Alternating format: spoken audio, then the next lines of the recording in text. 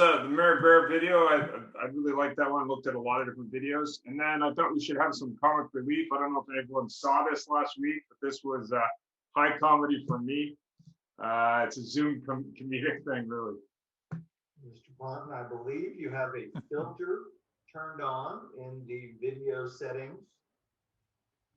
You might want to.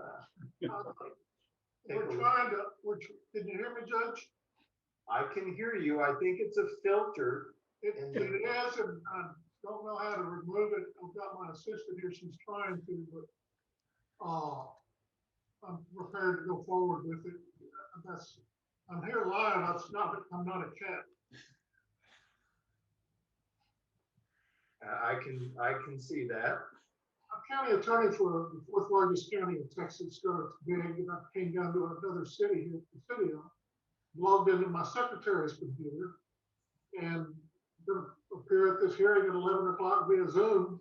And when everybody's ready, the judge calls the case, and everybody's face is supposed to pop up on Zoom. We've all done it. And everybody's face popped up except mine. Mine was a cat. Oh. What's this? And computer literate, but I'm not a techie. I didn't know how to take the filter off. I didn't even really know what a Zoom filter was. He's got children, and I presume she had it there, a child had it there. She doesn't know, and I don't know. It just miraculously appeared. Well, that was pretty much it. But that was one of the funniest moments I've seen during the pandemic. Anyway, wanted to pick a few books. These are Jeff's choices. Road to Power about Mary Barra. The Road to the Top is Not on the Map. And then Ladies on the Lot by Helene Lawson. Our disclaimer, go ahead, Jeff. Hello, good morning, everybody. Welcome. So our typical disclaimer, the views and opinions expressed here are those of our guests and do not necessarily reflect our official policy or position of the Auto Hub show. However, we do support women taking over the auto industry. I'm a suck, right? And and of course, the topic of our show today is the real power in auto, women. And we have some very dynamic guests joining us today. And I will start by introducing them, and I do apologize if I get the guests, your names wrong. Joining us as our new winner of our long distance guest furthest away is Sopo Choidze. Yeah, that's correct. And she is the co-founder and chief operating officer of Pulsar AI in Tbilisi, Georgia. Sopo, just tell us a little bit about yourself. Well, hi everyone. Thank you for the invitation. So I'm Sopo. I'm with Pulsar AI.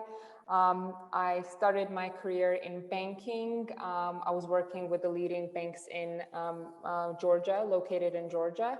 But then I joined Pulsar, and we have been building products for local market for years now. But in 2019, we essentially scaled and expanded our services across the US.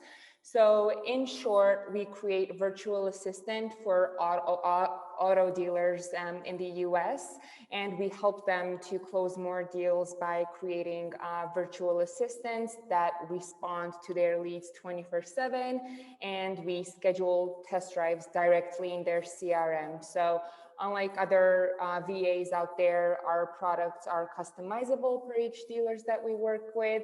And essentially, not only we engage the customer and drive them through the store, but we also follow up with them and try to convert the leads as high as possible.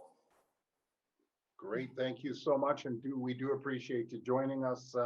Is what, probably about 7 or 8 o'clock at night? You're way over where you are? Yeah, it's 8 p.m. here. Perfect. And the joke, we were talking earlier, and our joke is it's not Georgia near Atlanta, it's Georgia near the Black Sea. That's right. Yes. There we go. Correct. So that's Canadian kids. We learn things in school. And now our second guest is Sue Finneron, who likes to know herself as Super Sue. a former dealer of, I believe it was Hyundai in Vancouver Island, Canada, and now a faculty member of the Automotive Business School of Canada. Sue, thanks for joining us, and give us a brief introduction of yourself, please. Great to be here. I started in the car business washing cars when I was 12 years old. I was known at that time as what's called a PhD. So that's Papa has a dealership, for those of you that don't know. We're pretty rare these days. There's not a lot of dealer kids left out there. Anyway, I progressed. I started when I went to the Automotive Business School of Canada back in the late 80s. Yeah. And I went back, worked at my family store, and we sold it a couple years ago. And now I'm thrilled to be back at it's actually Georgian College, so close to Georgia. I'm thrilled to be back at the Automotive Business School of Canada, and I now teach dealership management. So we teach to people that are working in the industry and want to become a dealer, want to become a general manager. A lot of manufacturers around the country now require either this course or NADA. So I'm really enjoying this next version of my career. Terrific. I have to say, I do remember first time I met you with the auction, and there's 450 men that think they're all that bag of chips, and you walking in front of them into the lanes and outbidding them, and they're all going like, oh, and if she's on it, sometimes they just back off because they know you were that tough. And our third guest is Gail Rubenstein, a good friend of our show, founder of Retail Resilient in Philadelphia, Pennsylvania. Gail, quick introduction, please. Yeah, hi everyone. I'm Gail Rubenstein. For those of you that I have not met before, I am the founder and CEO of a company called Retail Resilient. We branded ourselves as the most transparent marketing and sales training solution for auto dealers that use social media. So Snapchat, TikTok, Facebook, Instagram, all the social platforms. We produce lead generation and then train their sales staff. And we also are the only company in the entire country that has a Facebook school specifically for auto dealers. So I'm really excited about that because it's kind of what we're known for. And I've also been in the industry for 24 years. And although I was not a dealer kid, I wished I would have been. So I was like the one girl that was like, I wish my dad owned a car dealership. I just want to own a dealership. And then lo and behold, I went to go sell cars and worked my way up the ladder. And now I'm doing this. So here we are. Well, thanks again. Very good. Congratulations on what you've built there. I've certainly been following you along from back when you were my performance rep for V Auto. So yes. Yes. Yeah. And last but certainly not least, another new guest to our show, Cappy Green from Greenlight Professional Development in that sprawling metropolis of Omaha, Nebraska. Cappy, give us a brief introduction, please. Great. Hi, everybody. It's so good to be here. I actually came into the auto industry about 16 years ago, and I appreciate that you opened the show with Mary Barra because General Motors has indeed been my largest client for the last 16 years. So working with General Motors, I've also done some training for Volkswagen, but the bulk of my work has been with General Motors in process improvement, as well as, Sue, I really appreciate everything that you're doing because I'm working with dealers. The dealers have so much going on, and that whole concept of getting their arms around managing people, our industry's become very high tech, and a lot of what's happened is that the high touch has kind of been forgotten. And so that's where I focus. I am a speaker first and foremost and a facilitator. I have 4 books. I'm working on my 4th book, which will be released this year, called Power of Hello. And for those of you who have been in sales training, you know that, the first step is greet the customer. The second step is build rapport. And then they rush right off to the 3rd step. So my focus in the Power of Hello is how do you go about developing that rapport seeing the customer first as a person, not as a customer. So that's my focus, and I love this. You know, if you would have told me 16 years ago that I was going to be in the car industry, I would have told you you were out of your mind. I actually come out of the Fortune 10 industry. I was a corporate trainer for American Express and corporate consultant for American Express. Got laid off in 1993 and said, "Well, this is no fun." This was my third layoff in 7 years, second from a Fortune 500 company, and I said, "Well, heck, I'm going to take this on my own," and I that's what I've been doing. So I've worked with everything from federal government, U.S. Congress, to local companies and organizations, and like I said, now General Motors, and just having a blast. That's great. Thank you. It's a good story, and everybody's got terrific stories here, and we quite enjoy that. And we come across all sorts of people on our show from great backgrounds. And if you'd asked me 16 years ago that the president and CEO and chairman of General Motors would be a lady, I would have been surprised. And I've always been one of these people in my many years in the car business, which I won't admit to officially, that it's people in the car business. And I mean, yes, when I started, most of the women, other than support personnel, were salespeople, and some of them were the powerhouses, some of the biggest performers, or unfortunately, they got out of the business. And all four of you are very successful automotive people that happen to be women. And this is no BS. This is how I view it. You're successful automotive people who happen to be women, and probably successful in spite of the barriers things are built up. So what trials and tribulations did you go through to get where you are today? And we'll start with Sopo, who's been the person waiting the longest. All right, thank you for the question. So I think one of the biggest challenges that I've had, like when I started my career, right? So when I was attending those meetings with the stakeholders and the board members, it was a male-dominated area, right? So all of the meetings that I attended, all the board meetings that I attended, they were dominated by male. So you have two options right there. You can either be like intimidated and try to be silent, or you can see it as an opportunity.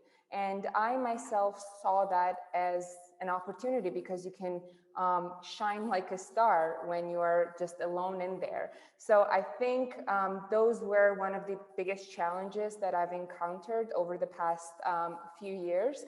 But now I do see that this during this time, it has been changing, right? So we see more people in the tech industry, we see more women there, and we see more women in the dealership groups, right? As the general managers, as the BDC directors, and so on. So yeah, so one of the things that I would suggest is not to be intimidated and try to be silent, but just to raise your voice and see that as an opportunity. Great, thank you. And I'm going to ask Sue obviously the same question. And a lot of people will think as a dealer's kid that you didn't have many trials and tribulations, but I think that's probably the furthest thing from the truth. I actually think that being a dealer's kid made it that much worse. Because if you're in a dealership, most people don't think much about the dealer kids. So not only did I have to overcome that barrier, but also being a woman. But really for me, I never ever looked at myself as a woman in a man's business. I only looked at myself as a person, and I was just going to go out there and do the best job that I could. And people, you gain people's respect, and life goes on. And so I kind of forgot that it was a man's business. I was at the auction. I did that for 15 years because I loved used cars, and it wasn't my job. I wasn't a used car manager, but I couldn't help myself. And so the guys treated me like their little sister, or most of them anyway. So I was very fortunate. And so I kind of forgot that it was a man's business. And I didn't realize until 2016, we won Hyundai's President's Award of Merit. We were the dealer of the year across Canada. Little old Courtney, #1 dealer. I was like, drop the mic, I'm done, career out.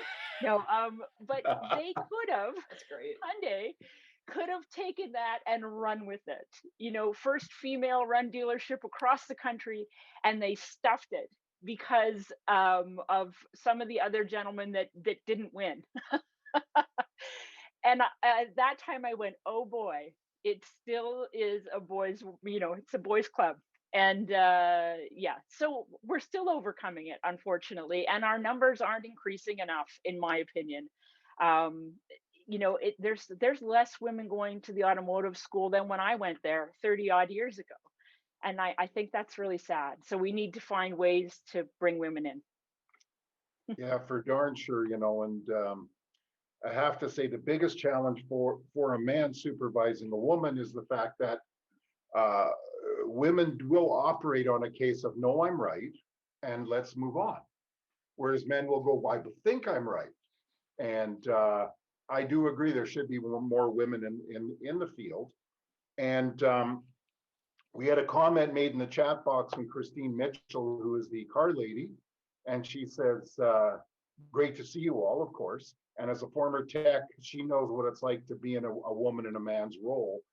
And I got to tell you what a challenge is to be a lady as a tech.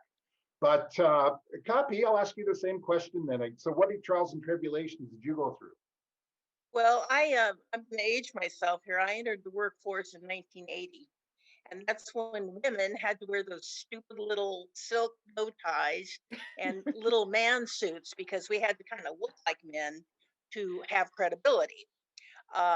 What I've found is I've always kind of been a tomboy. So I've always actually preferred to be around guys. So the auto industry fit me just perfectly. Actually, most of the work that I've done has been in male dominated industries. One of the challenges is absolutely what I'm sure every woman will say is that you're just a woman. Add to it, I'm a woman of color and I'm Asian. And so that came with it a whole lot of other stereotypes that I had to deal with. My first job out of college, people would literally, my first job was in Wisconsin. And I literally had people come up to me and say, you're not from around here, are you? And it was like, oh, come on, you know. I had to live in a hotel the first week of my stint in Wisconsin. And I literally walked in, and the woman behind the desk yells across the lobby at me, "Hi, may I help you?"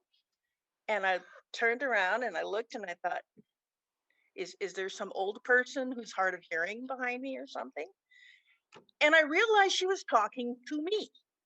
So I walked up and put my credit card down and said, "Yes, I would like a room." And what was interesting is my whole indoctrination was not only as a woman, but I was very young when I was I was right out of college. I still looked like I was 15.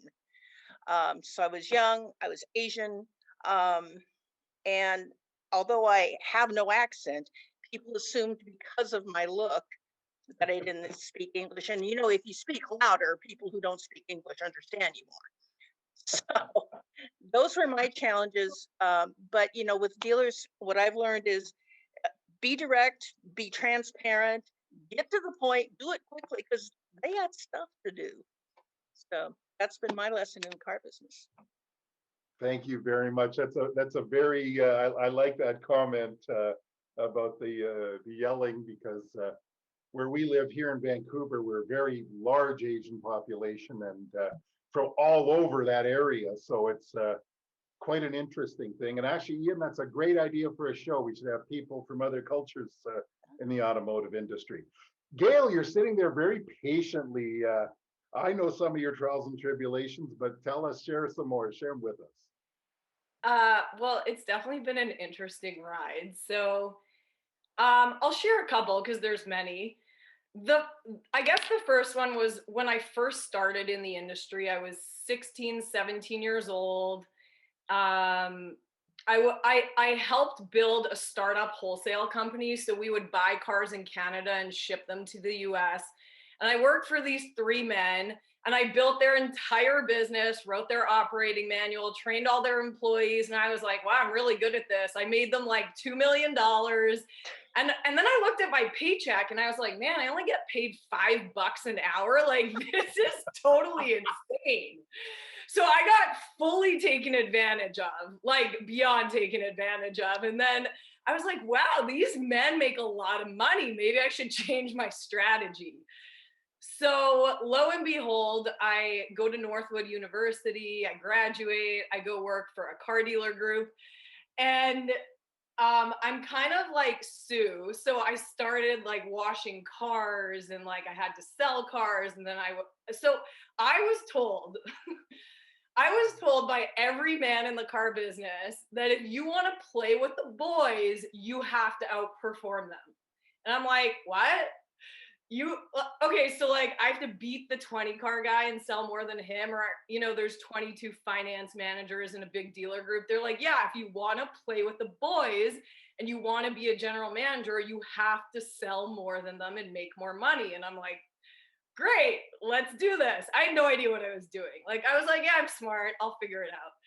So anyway, throughout that whole process, you learn a lot about yourself. You have to look in the mirror every day and be like, I got this, I can do this, I can beat these guys.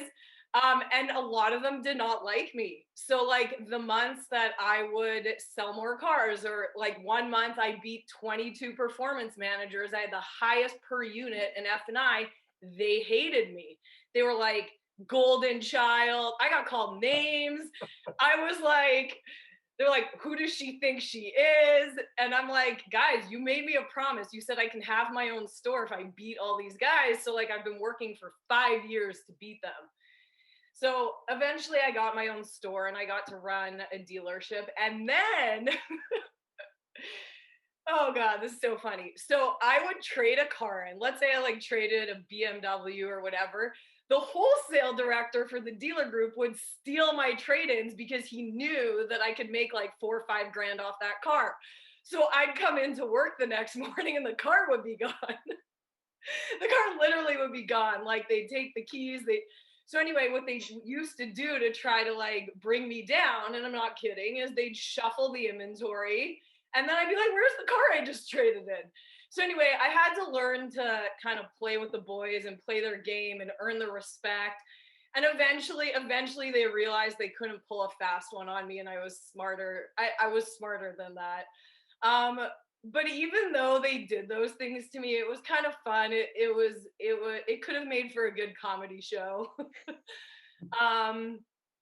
But I agree with kind of what Sopo and Cappy and Sue and everyone said. Like in this industry, if you're a woman, you're either you're gonna make it or you're gonna fail. Like it's kind of like one or the other, and you have to be really direct with the guys. Like there's no like with them, it's like, if you need something, this is what I need. If something's wrong, this is what's wrong. But don't tell them something's wrong if you don't have a solution. So men are like simple creatures that are like, let's sell cars, let's make money. But don't give me all the like la-di-da-di-da, just be direct and blunt with me. I think Cappy said that. And so did Sopo. Like you just have to be, you can shine and there's a huge opportunity, but you have to be very direct and know what you're talking about. So it's been a wild ride. Fantastic. Yeah. This may be a silly question. How do you feel you were dealt with differently than men in the same roles? I guess we'll start with Gail. Sorry, say that again? How do you feel you're dealt with differently than men in the same roles in your experience? I don't know if I think how I was dealt with differently is they wanted to see what you were made of. Whereas I think some of the men would have gotten away with some of the things in the dealership, they were like, no, we're gonna make Gail's life a little bit tougher. Like we're gonna throw some curveballs at her and see if she's gonna sink or swim. Whereas some of the things that they would do to me, I'm not necessarily sure if they would do them to the guys. But I think it also depends who you work for. Because I did in my career, I have worked for some men that were unbelievable mentors, and they treated me the same way that they treated the men. So I think it also really reflects who you work for. Great answer. Sue? Yeah. Well, first of all, a man would never be asked this question. Right, yeah, right? great point. Great point. Point. And that we still have to stand out as women in automotive and not just people in automotive still drives me crazy, obviously. But I think the biggest thing is preconceived ideas about what we know and what we can do and what we can accomplish. I went out, just another funny story. I went out one day to appraise a guy's car, and I was coming to the desk to introduce myself in the deal before I would do that. And I can hear him saying to the salesperson, well, can she even drive a standard? Yeah, I'm like, it's $1,000 less for your car, sir. But it literally was little things like that they didn't think you could possibly do this, you know? I think even my dad, I said I wanted to do this when I was 10 years old, and I think he patted me on the head and said, "Yep, yes, sure, honey." So yeah. Sofo? Yeah, so I think it highly depends on the mentor, as Gail said, right? So what are the environment that you work in, right? So for me, having those mentors in my past career and my current career has helped me to understand that male mentor, I mean, you can also have a male mentor, right? And it's definitely okay to have them. And you should be getting the support and respect that you deserve. And if it's something that you are not currently feeling during that work environment, you should just leave and change the environment that you are in. So for me, having that mentor and having that people who have an experience in automotive industry, because I had no prior experience in that industry, and it can be tough, and it involves a lot of processes that you need to understand, and you have to have someone on your back who can help you to guide you through this journey. And this is the very important aspect of that. Fantastic. Cappy? Um, I come from this from a different area because all of my other fellow guests have been in retail. I have not in the auto industry. However, I've been in sales my entire life. And I think that's where I establish credibility with my dealers, is because I understand sales, I understand sales and marketing process. Where I had a challenge is that they wanted to test. Well, what do you know? And they wanted to test how tough I was. I had one dealer, and I was working on this program that was essentially, we were the continuous arm of General Motors. And I walked in, this dealer made me wait for 45 minutes. And you say, well, why did you wait for 45 minutes? And I say, because I wanted to see how really rude this guy really was. So he walks in, and his GSM and his sales manager were like, oh, you're in trouble. And I'm like, yeah, bring it on. So he walked in and he looked at me and he said, he just let it out and just ranted for a good 20 minutes about this program that I was representing and that I was there to help him with. And when he got through, this is what I did.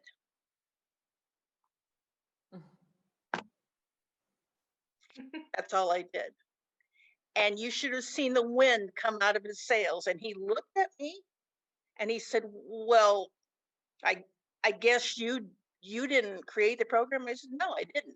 I said, I also didn't hold a gun to your head, so you had to stroke that check for $35,000. Now, if you want to get that $35,000 back and make all your bonuses in subsequent quarters, that's what I'm here for. So your call. And from that moment on, I had his respect. I had credibility with the guy. And I think to everybody's point here, you you have to stick up for yourself. You Yeah. you can't be a weenie in Yeah. this. Oh my God, I love it. You have to. You have to. Yeah. You know, and Sue, what you were saying about getting more women in, I was just listening to a podcast with Brene Brown and Melinda Gates. Melinda Gates research said that if we don't start getting more women into industries, it will take us 60 years before we reach equality. 60 years. So it's time. Yeah, well, that's very true. And it's interesting your comment you made. You just went, Hmm. and you know something, it's very true. And one one thing as a man in the industry dealing with men is a lot of the times that the boss, the dealer principal, etc., they know how to deal with men. But when it comes to a woman that doesn't sit there and go, yes, sir, it's, uh-oh, what do I do? So what is the number one misconception of women in automotive, Sue? What do you think? Oh, wow, that we don't know, or that we're going to be difficult, I think is a big one. We're going to be harder to deal with, and I don't think this is going to be political. Sorry, guys, I have to go there. I don't think that women have done themselves any huge favors over the last few years with the Me Too movement. I think that we've made it harder, maybe not, probably not us in the room because we don't look at the world that way. But I think women in general have made it harder for men to trust that it's going to be an okay working relationship. Um, and yeah, it's unfortunate that we had to go there. I think we just took 5, 10 steps back, and we need to now start taking those steps forward. That didn't really answer your question, but I think it's a really important thing to get out there. Ladies, do you agree with that? I can see Kathy Oh, nodding her head. Well, Sue, I'm so with you. It's like I said, you don't get to be a weenie in this industry. Yeah. And if you're a woman, you really can't be a weenie. I have worked with other female consultants who tried to pull oh, I'm just a single mom and I can't, and it's like, oh, stop. One of the things I do love about when I look at my fellow guests, and this is what I do love about women who are firmly embedded in the auto industry, is there's the confidence, there's the take, take the bull by a horns attitude. Um, and that's what I love about the women who are successful in the automotive industry.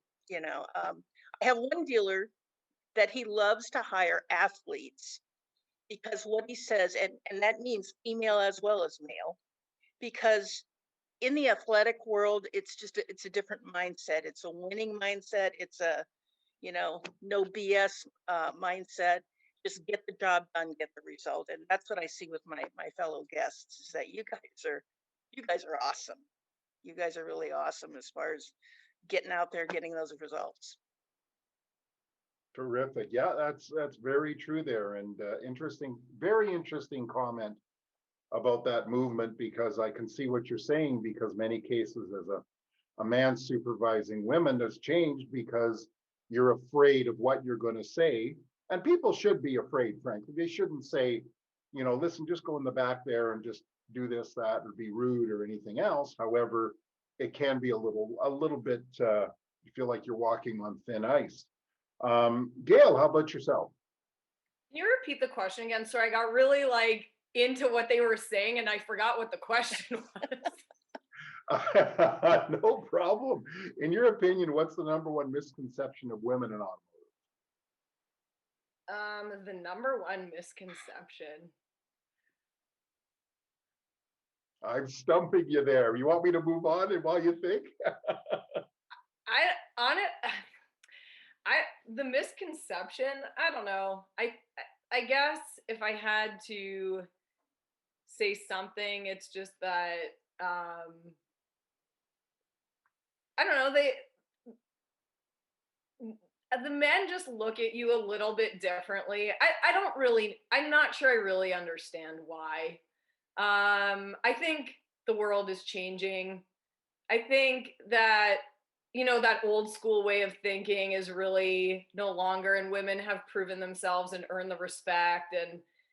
But I don't know. I mean, Jeff, when you met me and I was your V Auto rep, I don't really know what you thought of me until maybe you got to know me and you were like, man, this girl's done a lot of stuff in the car business, right? Like, I remember I walked into your dealership. I don't even remember if you guys took my phone calls, but my boss was like, no, you go show up at their dealership and you talk to them about appraising cars. And you guys might have a misconception, like, who is this girl at V Auto? And like, does she actually know how to appraise cars? But then once you and I talked, it was totally different. So, I mean, I feel like most used car appraisers feel that way. So, like, have they ever done the job? Do they know how to do it? I feel like there's a lot of misconceptions. Yeah. Well, I have to say the only misconception that I had nothing to do with you or you as a woman. Was in many cases, sometimes the performance managers sent in by the big tech companies, etc., really haven't walked a mile in a dealer's Car shoe guy's and a shoe. manager's shoes or anything else, be that man or woman. They just come in because they got a job and they said, go in and talk about algorithms Right. and that sort of thing. Well, Thank you. now I have one other thing to say. Actually, now, because of that reason, so we only hire at Retail Resilient anyone that's an account manager that has to deal directly with an auto dealer. I won't even hire them if they've never worked in retail. Like, I wouldn't even consider Good them deal. for the job position, because they do have to walk in your shoes and they do have to know what you guys do and how hard you work and what the job entails, or how do they have it is difficult to have that conversation if you've never desked a car deal or you've never sold a car. It's more challenging. It's not that someone can't do it, it's just more challenging to Yeah. build that connection. Yeah, But for sure. And that's probably what Sue ran into when she started in the dealerships, and everybody went, yeah, what do you know? Who is You that know, little girl? yeah, exactly. or And you weren't the Cappy, tallest person on earth.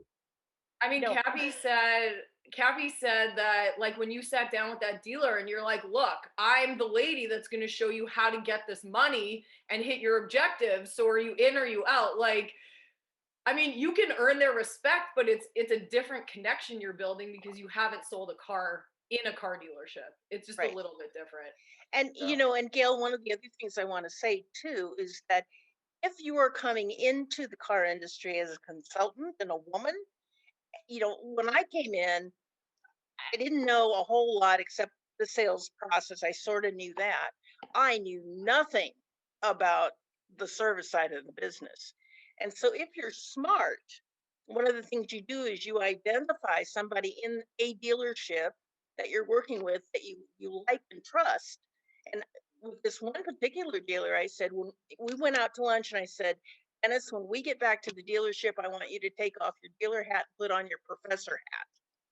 And he spent 3 hours taking me through from step one to step zero, how the service side works.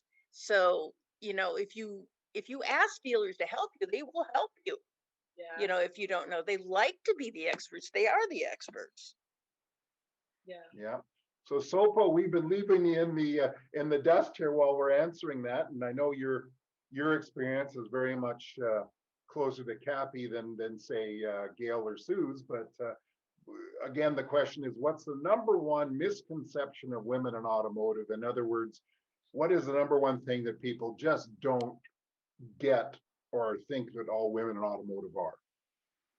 That's a great question. So I think in the dealership, there are some of the positions that um, that just know that it is suitable for female, right? So, and I don't think that's quite that. So let's say for a clerk or an accountant, usually they hire women over male, right? So but over the course of the period of time, we know that female can lead sales, they can lead service departments, they can be good at administrative tasks and do well in customer experience. So I think one of the misconceptions is that, you know, these are the positions that can be held by women and these are the positions that can be held by men. And you should not look that way. So there are both there are all the positions that women can hold and are capable of doing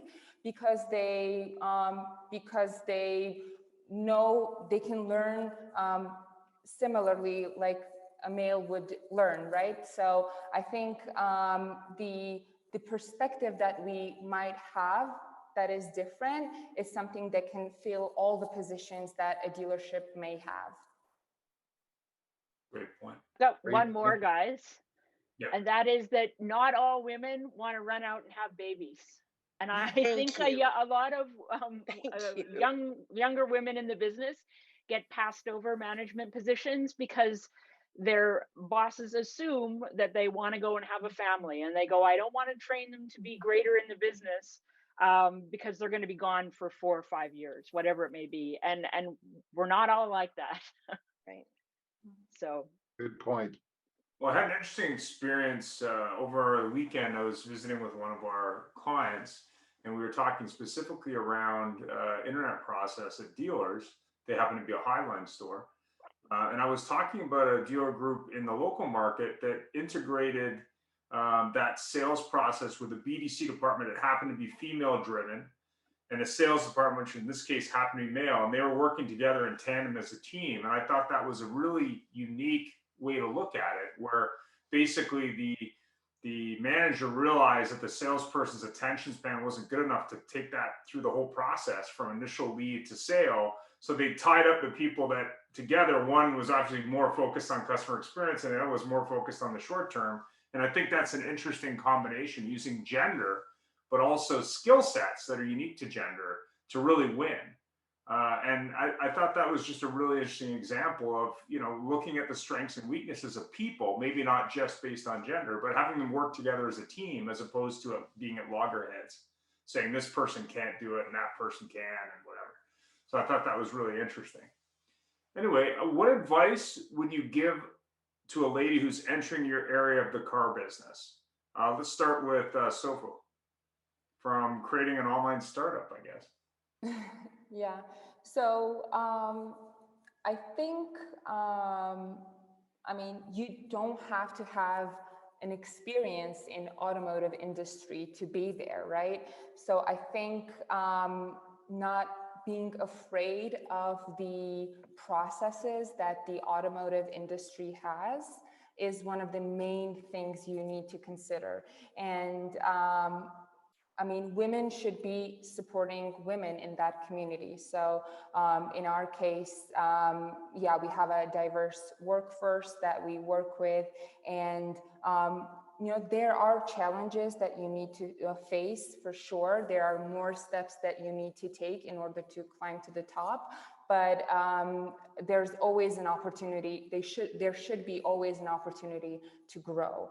And this is one of the main things that the advice that I would like to give. Gail? I would say wholeheartedly, wake up in the morning, take a deep breath in, take a deep breath out, set your mind. Like, I'm very into mindfulness and like conscious living. So like set your game, like your mind, get your head right, and then walk into the industry wherever you are and just like do your best, right? Like every day, just do your best. Man, woman, doesn't matter. Like go in it, put your heart in it. If you put your heart in it, I feel like you'll be successful. But just like when you wake up, get your head right. Be like, I got this. Look in the mirror. I'm good at what I do. This is what I'm strong at. And then just like let yourself shine. There's people that are going to like you. There's people that aren't going to like you. It doesn't matter what industry you're in. and just go for it and give it like the heart that you got and just go from there. Cool. Cappy, being a woman training men in auto, I guess training people, some of which happen to be men. What's your advice? Well, I'm going to say that it doesn't matter what industry you're in the relationship industry. And if you are seeking, I refer to myself as a relationship seeking missile. And if you can't connect with people, I don't care how good you are at what you do, you're not going to be successful. So one of the things I always say too, because I've done a lot of career consulting as well, is first of all, when you go into an industry, a company, whatever, watch, look, observe, see who the players are, see who's successful, who are the game players. There's an old, you'll excuse my expression, there's an old, know where the wolves pee, because a lot of times the named leader isn't always the leader. It's that subtle leader who is just under the surface. So the other thing that I will say is look for excellence. I love what Gail's saying. It's about your mindset, and it's about finding somebody who's doing what you want to do excellently. Tony Robbins says that if you model what somebody's doing successfully, success leads clues. So find that model. I always tell young salespeople, look at the top salesperson, watch what they do, watch what they say, listen to them, ask them to mentor you.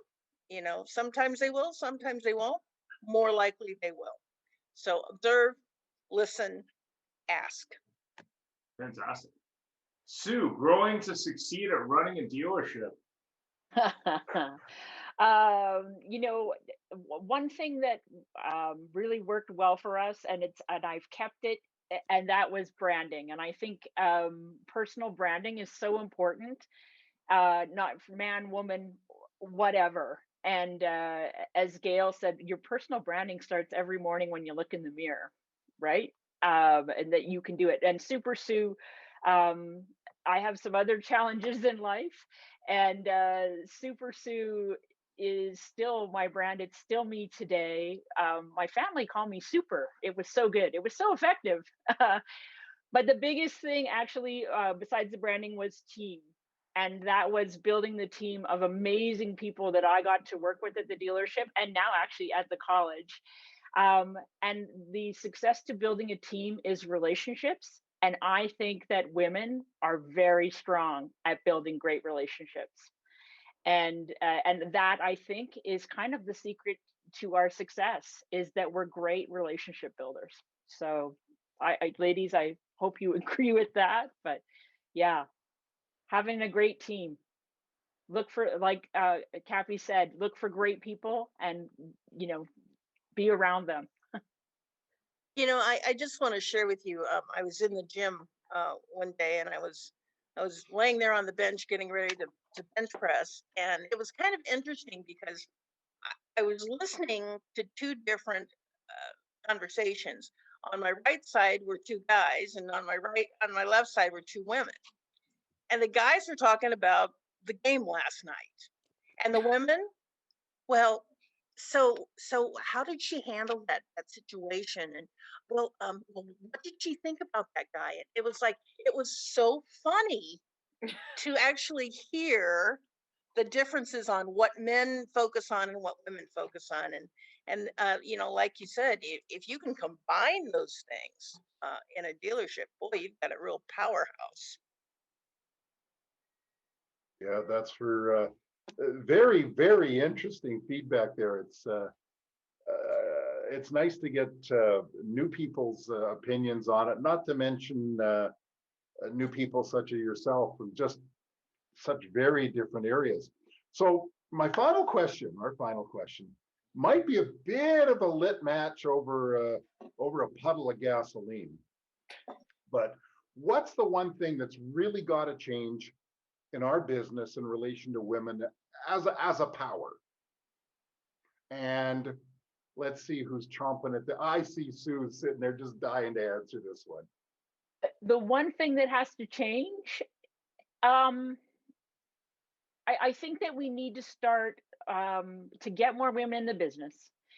We need to start changing how we look for women in the business, because women don't come to the car business typically. They're not, it's just not something they even look at. They just glance right over the ad. And so we need to go out, we need to start recruiting women into this business from different areas. You know, you used to see when you go out for a great dinner and you had a great male waiter, you'd card him because you'd think, wow, he'd make a great salesperson, right? How many guys have done it? We've all done it.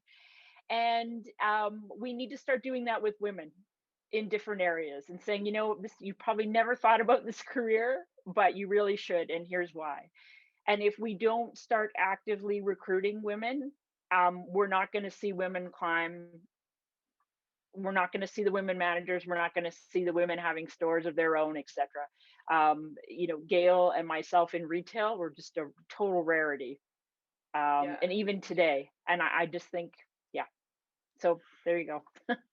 It's a very interesting point you made there. And I actually view it slightly different, because we're seeing more and more women, still not anywhere near what it should be, in the positions of power, in the managers and the principals, etc. But we're not seeing a lot of women below that in the non-traditional, other than Christine, of course, who just left us to go for Family Day. But in the non-traditional women roles, which is a problem, but in the sales and the service writers, there's some, but it's still, you know, a lot of the women that have got anything going for them get up there to be managers and general managers and dealer principals. And that's, it's an interesting point. If they got to rise, they got to go through there, but then they leave it. You know, but some of my best service writer, I made my young parts runner within, you know, 4 years. She became the parts manager and she was brilliant. But it was because I looked outside the box of that's the parts girl and saw what she could be and what she had. And we worked with her to make her a parts manager. And, you know, it's seeing beyond what we think, beyond our perceived notions of what that person's capable of. Sue, I have been saying this to dealers since I got into the automotive industry. I've said to service managers, stop hiring service advisors. Hire people who like people. You can teach them the skills. Yep. Right? And as far as women go, I'll tell you, I had no idea until I got into business how much money people can make. Oh yeah. I mean, Gail, to your point, holy man, you know, when you said, wait a minute, how am I getting $5 an hour and these guys are making all the big bucks? Yeah. And, you know, my aha was I had a dealer who had a sales manager who literally had never stepped on a college campus. He was 17 years old. And the boy was pulling down $8,000 a month because he was good with relationships. He could communicate with people and he knew how to ask the closing question. And I thought, holy cats, this is the one industry that you can literally build a business inside a business and not have any of the overhead. And the dealer's not going to complain if you sell more cars, are they, Sue? No. Nope. No. not really that much. Although I did know one that did. We're always very respectful of time, and we try to stop right on the hour. So we'll just go to Sopo and just then final comments. Sopo, so what's the one thing that's got to change in the car business in relation to women is the power? Yeah, I think giving the equal opportunity, whether they're male or female, is very crucial because respectively, they both can excel in their careers and the positions that any of them can take. So I think giving them the equal opportunity is something that is crucial, and being rewarded on that with the same salary, same commission is something that will definitely motivate them to excel and increase the core value of the company itself. Great comments, great comments. Ian? Well, Gail didn't do a final comment, did she? She kind of No, but I agree with everyone. I think, actually, you know what I think we should do? I think the four of us, I love this group of women. I think we should post something on Facebook, boost the post, run a traffic ad, and just blow Facebook up and talk about women and how much money they can make in the car business. I love it. Like, I'm Right. down. how If you much, guys I want and to, how much the Auto Hub still likes you. But No, I'm great stuff. totally down to do that. Cool. Yeah, We would love it. yeah, it would be fun. Definitely. I friend Any requested all of you on Facebook already, by the way. So like, just check your friend request. Sure. That's all. Wonderful. Yeah, it was a great show. So Great. Thank you, Anybody gentlemen, else? for pulling us all together. Yeah, I'm yeah. so glad to meet everybody and from all over the world. It's excellent. Yeah. Yeah. Yeah. Well, Thanks so thank much you for all. inviting me. no worries. Our pleasure. Yeah. It is our Thank pleasure, you. and we appreciate you taking your time. And, frankly, in Canada, it's a family day. In the States, it's President's Day. In Georgia, it's the restaurant opening day. So Yeah, it's Monday. Typical work day. so much. Thank you. It's been a pleasure. Take care. Thank you. Bye. Thanks, you guys. Bye. Bye-bye. Have a good week. Bye.